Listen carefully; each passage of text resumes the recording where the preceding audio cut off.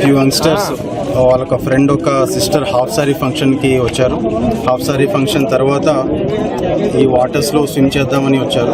So visibly it was very ఫ్లాట్గా, కొంచెం depth తక్కువ కనిపించేటప్పటికి కొంచెం లోపలికి వెళ్ళారు.